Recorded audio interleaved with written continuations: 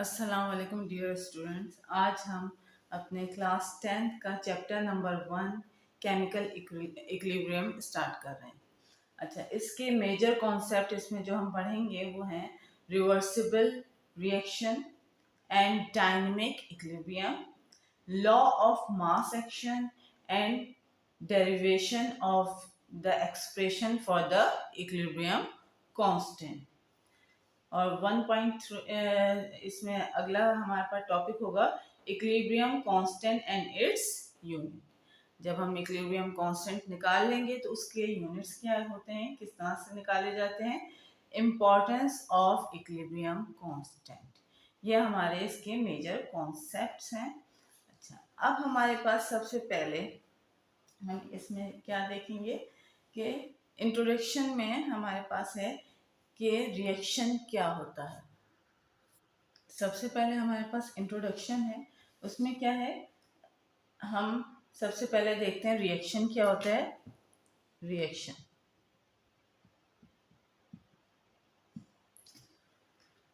अब हमारे पास chemical reaction के हवाले से अगर हम देखें तो क्या है, कोई भी टू या मोर देन टू केमिकल्स जब म्यूचुअली कंबाइन होते हैं, a chemical process in which substances act mutually on each other and are changed into different substances। ठीक है, एक प्रोसेस है, केमिकल प्रोसेस है जिसमें आपके सब्सटेंसेस मोर देन टू भी हो सकते हैं, टू भी हो सकते हैं, सब्सटेंसेस म्यूचुअली आपके एक दूसरे पे रिएक्ट करते हैं और एक दूसरा नया आपका केमिकल कंपाउंड बनाते हैं। जैसे A+B रिएक्ट कर रहा है और क्या बना रहा है, C बना रहा है। यहाँ पे एग्जाम्पल हमने एक एग्जाम्पल ली है, A+B आपस में मिलके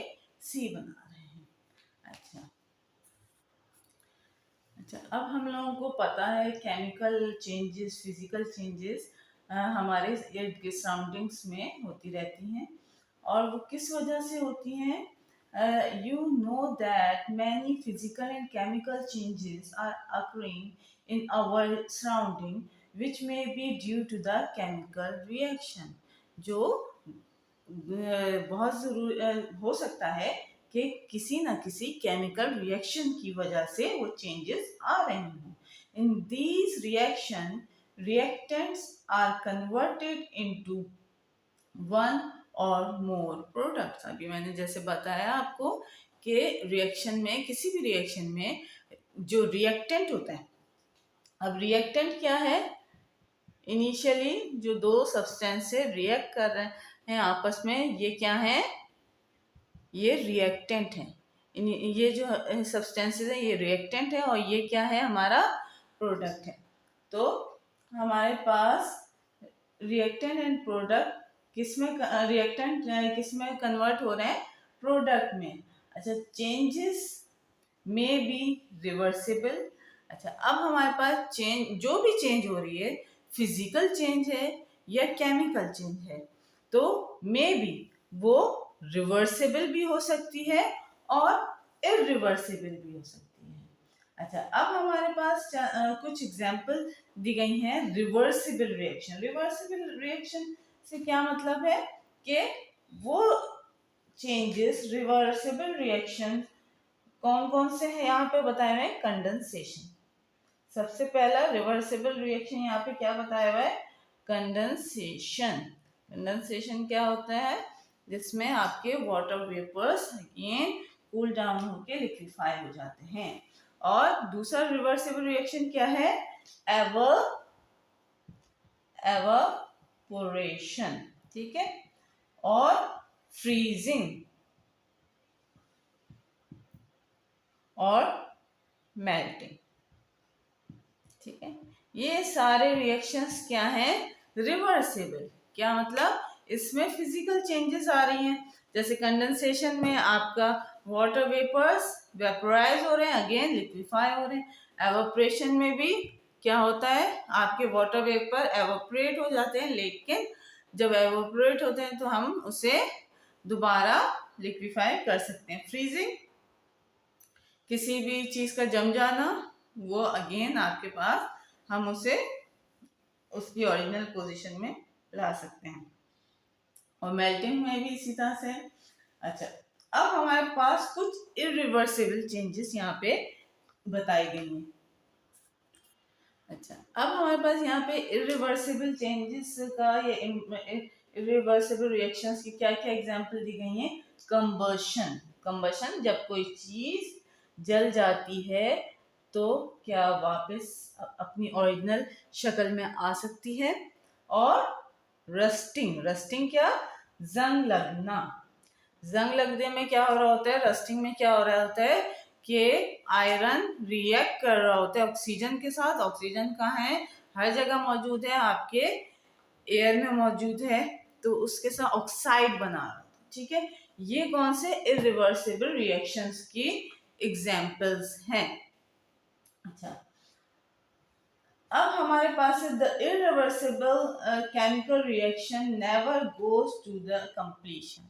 अब हमारे पास irreversible chemical reaction, sorry reversible, irreversible chemical reaction तो क्या है, वो एक डायरेक्शन में होगा और उसका एंड पॉइंट आ जाएगा इरिवर्सिबल रिएक्शन। लेकिन रिवर्सिबल केमिकल रिएक्शन जो होते हैं उनका कोई, रिवर्सिबल में क्या होता है आपका, reversible chemical reaction,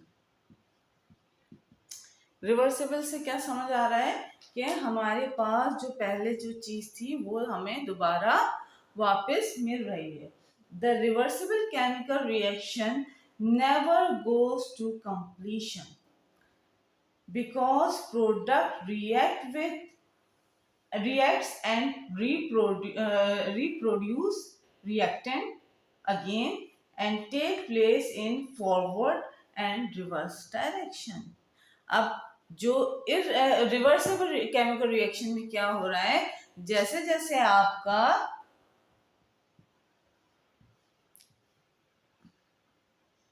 reversible chemical reaction में क्या हो रहा है, जैसे आपका प्रोडक्ट बन रहा है और फिर अगेन वो आपका दोबारा रिएक्टेंट में कन्वर्ट हो रहा है। ठीक है, रिवर्सिबल केमिकल रिएक्शन में क्या होता है, आपका प्रोडक्ट बनता जाएगा और फिर वो दोबारा रिएक्टेंट में कन्वर्ट होता जाएगा और इसका कभी कोई एंड पॉइंट नहीं होता। ठीक है,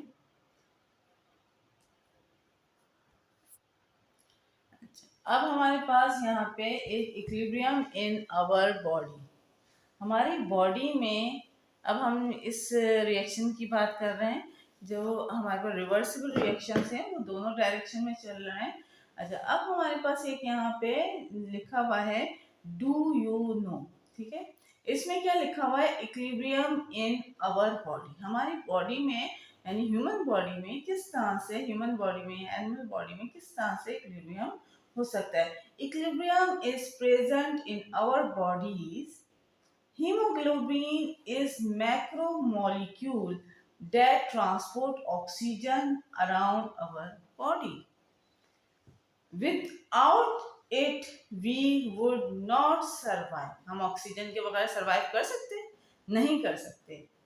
The hemoglobin has to be able to take up oxygen, but also to release it, and this is done through the changes in the chemical equilibrium of this reaction at different places in our body। अच्छा, अब हमारे पास किस तरह से ना chemical equilibrium हमारी body में है, जब हीमोग्लोबिन के साथ आपकी ऑक्सीजन है ना बाइंड होती है तो क्या होता है, उसके बाद रिलीज भी होती है। कैसे, जब है ना लंग्स से ऑक्सीजन आपकी, जब आप सांस लेते हैं तो ऑक्सीजन है ना बाइंड होती है, हीमोग्लोबिन क्या है, मैक्रोमोलिक्यूल है, वो बाइंड होती है और फिर केमिकल रिएक्शन के नतीजे में जब उसका वर्क पूरा हो जाता है तो वो रिलीज भी हो जाती है, बाइंड होने के बाद रिलीज भी हो जाती है। तो ये सारा प्रोसेस किसके नतीजे में हो रहा होता है? केमिकल रिएक्शन के नतीजे में। और इस समय इसे हम कहते हैं कि हमारे पास हमारे बॉडी में इक्विलिब्रियम कंडीशन पैदा करता है, ठीक है। तो इस but also to release it, and this is done through changes in the chemical equilibrium of the reaction at different places in our body. अब ये जो है हमारे पास कहाँ से ले रहा है? ये हम सांस ले रहे हैं तो ऑक्सीजन हमारे लंग्स के जरिए आ रही है, और हीमोग्लोबिन कहाँ मौजूद है? आयरन कहाँ मौजूद है? कि हमारे ब्लड में मौजूद है। तो वो जब कंबाइन हो रहे हैं और अपना वर्क परफॉर्म कर रहे हैं, एंड देन जब उनकी है ना पूरा प्रोसेस हो जाता है तो वो रिलीज हो जाते हैं। अच्छा, अब हमारे पास है reversible reaction and dynamic equilibrium. अब रिवर्सिबल रिएक्शन हम पढ़ चुके हैं। क्या है रिवर्सिबल रिएक्शन? कभी भी स्टॉप नहीं होता। As we know that a reaction which never completed, ठीक है, नेवर कंप्लीट, कभी भी कंप्लीट नहीं होगा, चलता रहेगा। And exist in forward and reverse direction. क्या है? दोनों डायरेक्शंस में चलेगा, फॉरवर्ड भी चलेगा एंड रिवर्स भी चलेगा। Just like conversion of ice, जैसे कि कन्वर्जन ऑफ आइस, अगर आपके पास लिक्विड वाटर है, आपके पास वाटर है, तो उसे हम आइस में कन्वर्ट कर सकते हैं और फिर अगेन उसे लिक्विड वाटर में, ठीक है। आपके पास ये वाटर की दी गई, तो ये क्या है? रिवर्सिबल रिएक्शन है, ठीक है। आपका एक फॉर्म से दूसरी फॉर्म में ये आइस और ये वाटर, ठीक है, और ये प्रोसेस चलता रहता है। अच्छा, अब हमारे पास क्या है? मेन हमारे पास क्या है? टॉपिक क्या है? केमिकल इक्विलिब्रियम है। A chemical reaction in which chemical chain which involve reactant and product, for example formation of water। अब हमारे पास यहाँ पे एग्जाम्पल किसकी दी गई है? फॉर्मेशन ऑफ वाटर की एग्जाम्पल दी गई है। अब हमारे पास यहाँ पे दो एग्जाम्पल्स दी गई हैं, जिसमें पहली है फॉर्मेशन ऑफ वाटर, किसके जरिए? हाइड्रोजन गैस और ऑक्सीजन के जरिए आपके वाटर की फॉर्मेशन। और हमारे पास दूसरी एग्जांपल है सोडियम बाइकार्बोनेट, ठीक है, sodium bicarbonate into sodium carbonate, carbon dioxide and water.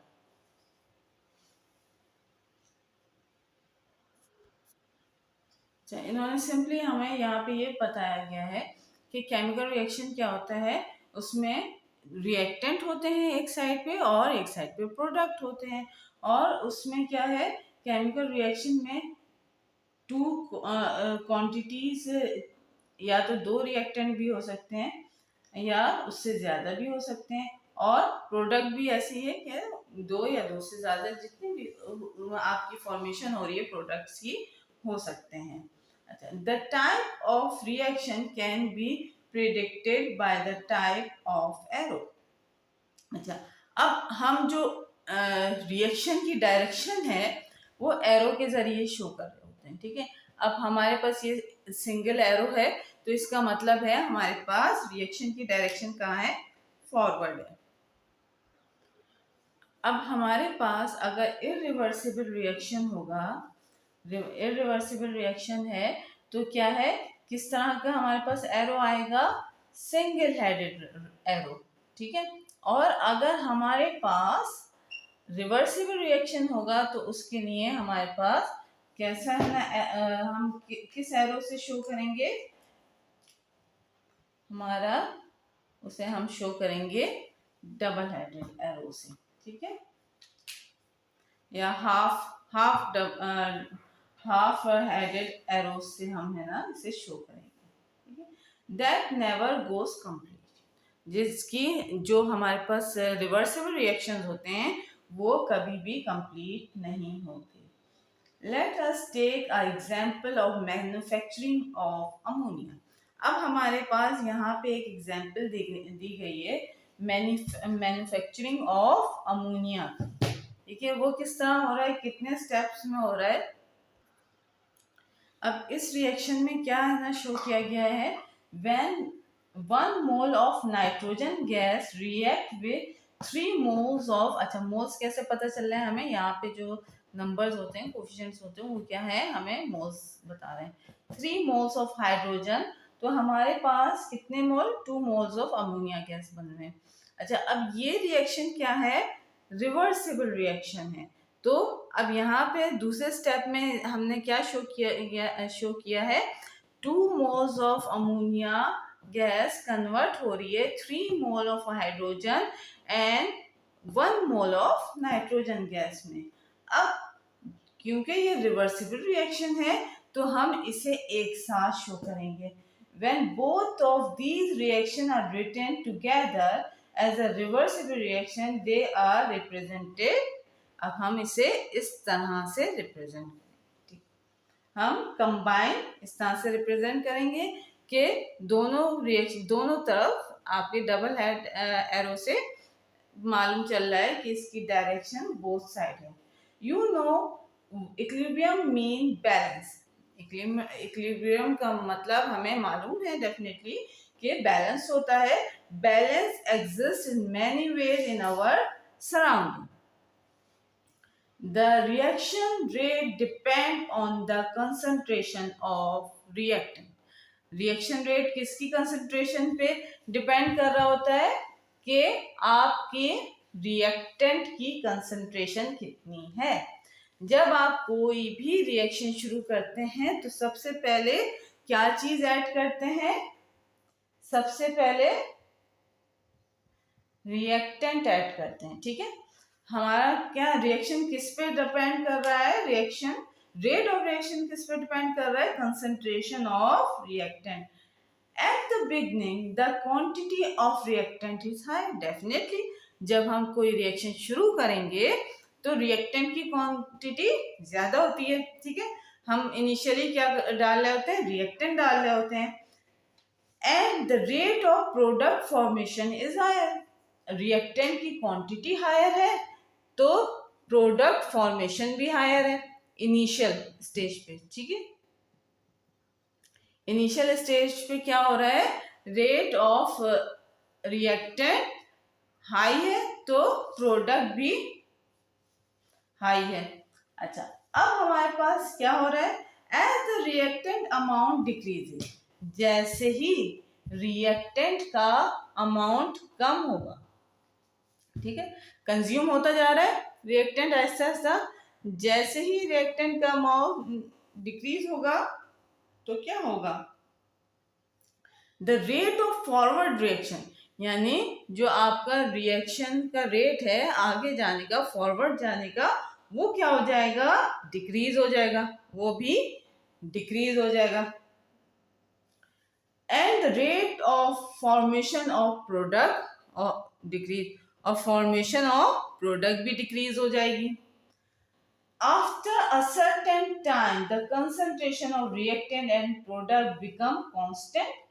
थोड़ी देर बाद क्या होगा, after certain time the concentration of reactant and product क्या हो जाएगा, रिएक्टेंट एंड प्रोडक्ट क्या हो जाएगा, कांस्टेंट हो जाएंगे,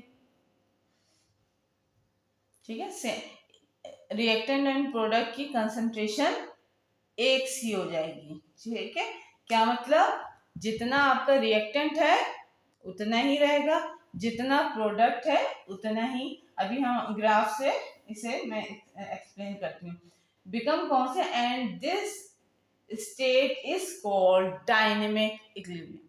इस स्टेट को क्या कह रहे हैं, डायनेमिक इक्विलिब्रियम, जिसमें हमारा rate of forward reaction is equal to rate of reverse reaction. ठीक है, डायनेमिक इक्विलिब्रियम क्या है? जहां पे रेट ऑफ फॉरवर्ड रिएक्शन बराबर हो रहा है रेट ऑफ रिवर्स रिएक्शन के। अच्छा, अब हमारे पास ये क्या है? डायनेमिक इक्विलिब्रियम का ग्राफ है। ठीक है, किसका ग्राफ है?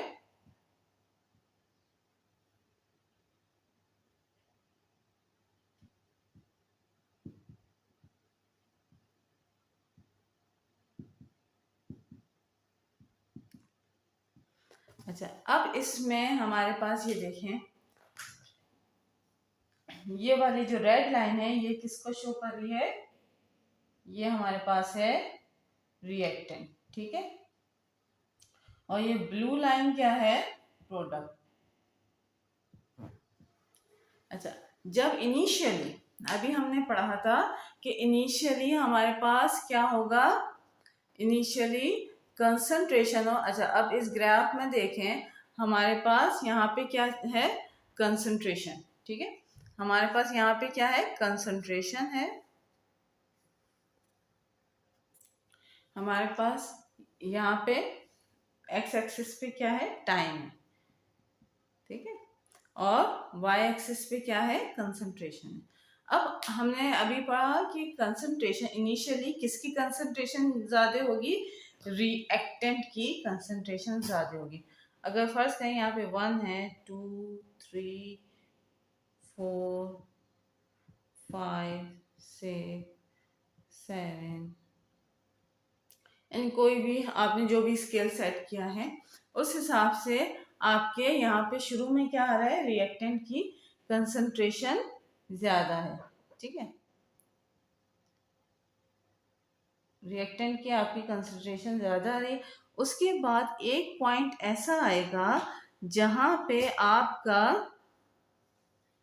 यहाँ पे रिएक्टेंट की कंसंट्रेशन हमारे पास ज़्यादा है, और उसके बाद हमारे पास, और प्रोडक्ट क्या है? ज़ीरो है। ठीक है, प्रोडक्ट हमारे पास यहाँ ज़ीरो है। अब हमारे पास एक पॉइंट ऐसा आएगा जिसमें हमारी जितना रिएक्टेंट जितना है उतना ही रहेगा। ठीक है, अब ये हमारे पास जो पोजीशन है, अब इसके बाद जो रिएक्टेंट हमारे पास प्रोडक्ट जितना है उतना ही है, और रिएक्टेंट भी जितना है उतना ही है। कोई चेंज नहीं आ रही उसकी कंसंट्रेशन में। यानी अगर हम देखें कि थ्रू आउट ये इसकी कंसंट्रेशन इस पॉइंट पे आ रही है। ठीक है, जो कि 2 के बाद 2.5 2.4 समझ लें। ठीक है, और यहाँ पे किस पे आ रही है कंसंट्रेशन? इस पॉइंट पे कहीं आ रही है। ठीक है, तो यानी थ्रू आउट इसकी कंसंट्रेशन सेम रहेगी। पहले क्या था? यहाँ पे रिएक्टेंट की कंसंट्रेशन आहिस्ता आहिस्ता कम होती जा रही थी और प्रोडक्ट बढ़ता जा रहा था, लेकिन एक पॉइंट ऐसा आया जहाँ पे कंसंट्रेशन चेंज होना ख़त्म हो गई, अब कांस्टेंट हो गई है। अच्छा, अब इस पॉइंट को क्या कहते हैं? ये क्या है? Concentration of equilibrium, constant of equilibrium, sorry. इस पॉइंट को क्या कह रहे हैं हम? Constant concentration of equilibrium.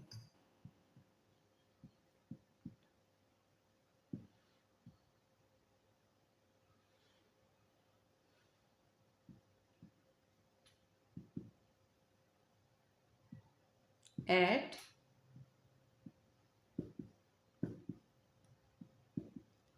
ठीक है, constant concentration at equilibrium.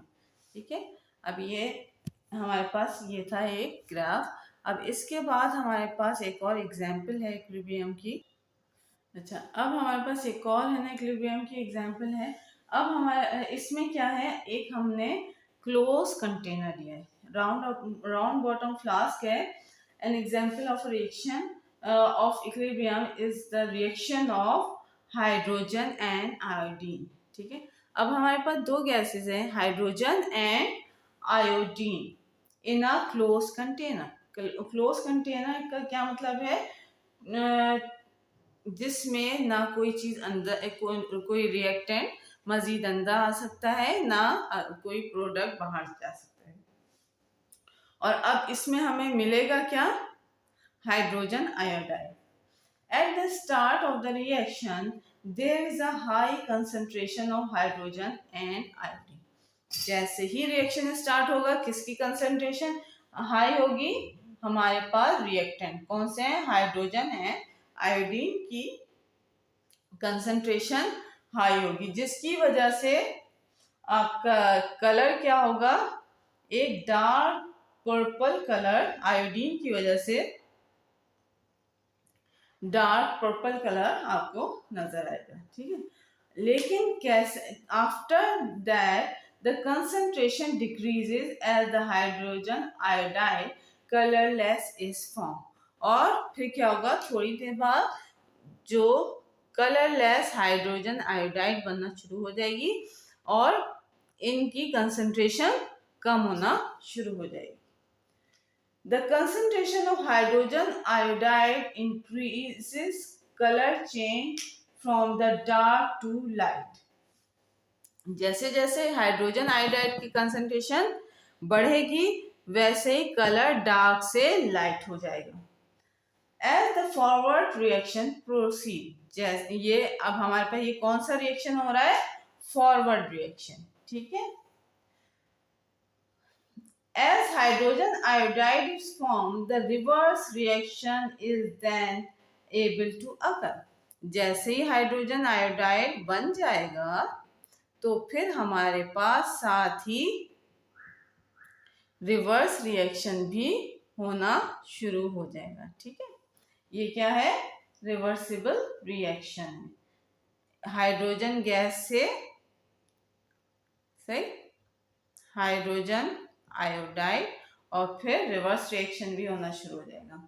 So there is no observable change although the both forward and reverse reaction are occurring. The reaction has not stopped but reached at dynamic equilibrium. अब ये reaction मैंने पहले भी बताया कि जो डायनेमिक इक्विलिब्रियम होता है या इक्विलिब्रियम पोजीशन वाले जो रिएक्शंस होते हैं, रिवर्सिबल रिएक्शन, उनका कोई एंड नहीं होता, वो चलते रहते हैं.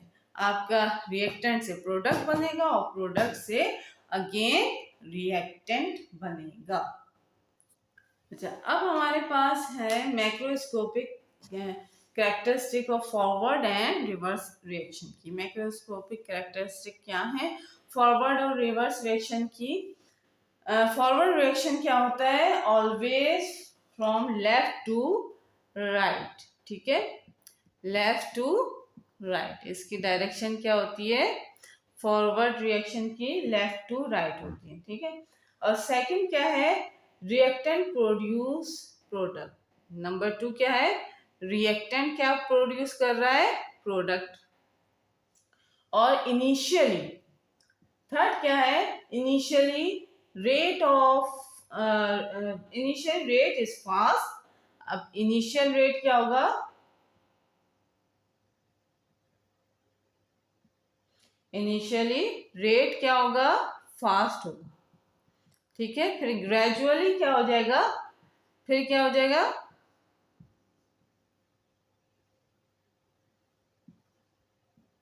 Gradually slow. ठीक है, तो इनिशियल रेट क्या होगा, रेट ऑफ रिएक्शन फास्ट होगा, फिर ग्रेजुअली स्लो हो जाएगा. अब इसी तरह से macroscopic characteristic of reverse reaction, उल्टे होंगे, बिल्कुल जो फॉरवर्ड के अपोजिट होंगे. It is always directed from right to left. यहाँ पे क्या आ जाएगा, राइट टू लेफ्ट. ठीक है, सही. अच्छा, और डायरेक्शन इसके राइट टू लेफ्ट है.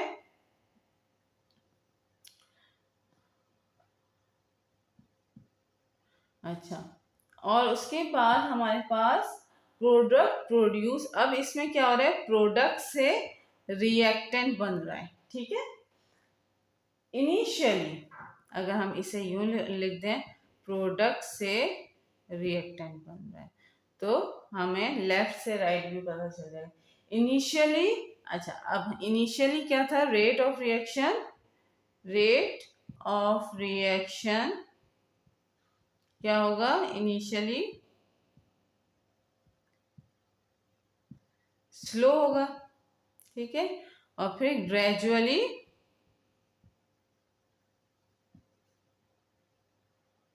फास्ट हो जाएगा, ठीक है,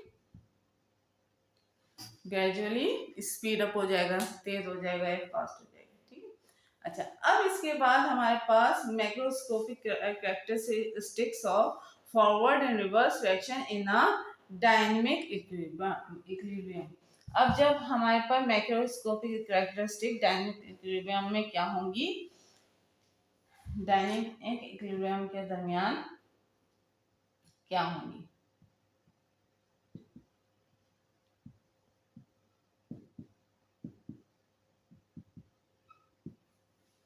A dynamic equilibrium can only exist in a closed container. Dynamic equilibrium कहाँ पे होगा, नंबर 1 क्लोज कंटेनर, ठीक है,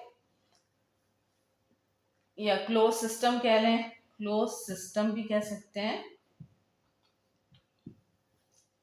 जिसमें ना रिएक्टेंट एंटर हो रहा है ना प्रोडक्ट आपका बाहर निकल रहा है। अच्छा, नंबर 2 क्या है, at equilibrium the concentration of reactant and product remain constant. Equilibrium पे क्या होगा, concentration of reactant and product remain constant, ठीक है। नंबर 3 है, at equilibrium the forward and reverse reaction are taking place at equal and opposite direction। क्या है, forward और reverse reaction हो रहा है किसमें, are taking place at equal and opposite, ठीक है, दोनों बराबर हो रहे हैं और एक दूसरे के अपोजिट हो रहे हैं, ठीक है, दोनों रिएक्शन हो रहे हैं। Equilibrium can be approach from either side of the reaction equation, ठीक है। इक्विलिब्रियम क्या होगा, approach from either sides of the reaction equation. And number 5th point क्या है,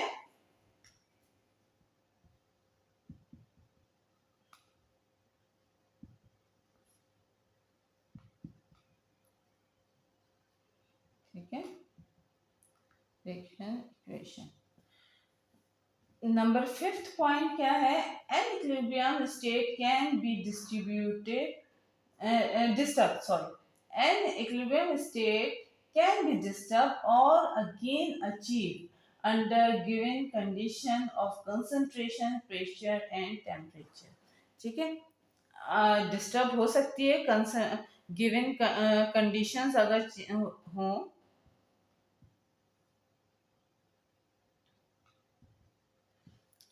कोई कंडीशंस अगर दी गई हो, कोई कंडीशन चेंज की गई हो, जैसे टेम्परेचर बढ़ा दिया गया हो, प्रेशर बढ़ा दिया गया हो, या कंसंट्रेशन इंक्रीज कर दी हो, तो उसकी वजह से आपका इक्विलिब्रियम स्टेट डिस्टर्ब हो सकती है, लेकिन फिर दोबारा इक्विलिब्रियम वो आफ्टर सम टाइम अटेन कर लेगा, यानी आपके इक्विलिब्रियम पे आ जाएगा वो रिएक्शन, ठीक है। ये हमारा था, हमने आज से इक्विलिब्रियम के टॉपिक में हमने पढ़ा है रिवर्सिबल रिएक्शन, डायनेमिक इक्विलिब्रियम। अब इसके बाद हमारा दूसरा टॉपिक है लॉ ऑफ मास एक्शन, इंशाल्लाह नेक्स्ट वीडियो में उसे कवर करेंगे।